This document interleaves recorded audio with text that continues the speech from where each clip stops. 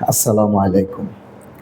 মানুষের মধ্যে অনেক ধরনের স্কিল থাকে, অনেক ধরনের গুণ থাকে, অনেক ধরনের গুণাবলী থাকে।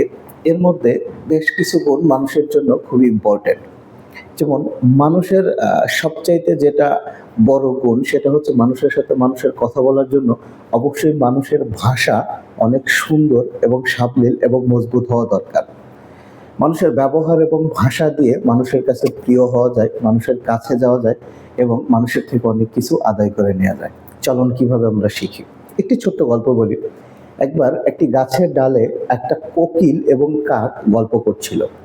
গল্পের ছলে কাক কোকিলকে প্রশ্ন করলো, আচ্ছা বন্ধু, তুমি তো আমার বন্ধু, একটা সত্যি করে কথা বলো।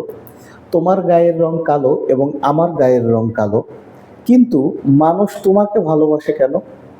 তখন কোকিল তার উত্তরে বলল, বন্ধু, তোমার এবং আমার গায়ের রং কালো হলেও আমার কণ্ঠটা অনেক সুন্দর এবং মিষ্টি, যার কারণে মানুষ আমাকে ভালোবাসে।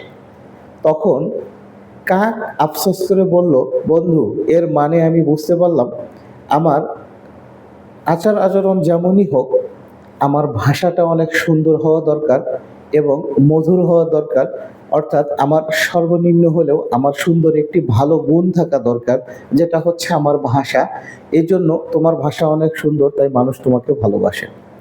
এই জন্যই বলি, আপনার আচরণ, আপনার কাজকর্ম, আপনার চলাফেরা যেমনই হোক, আপনার মুখের ভাষাটা অবশ্যই সুন্দর হওয়া জরুরি। এই গল্প থেকে আমরা যেটা শিখতে পারলাম, যেটা সামারি, সেটা হচ্ছে শিক্ষণীয়।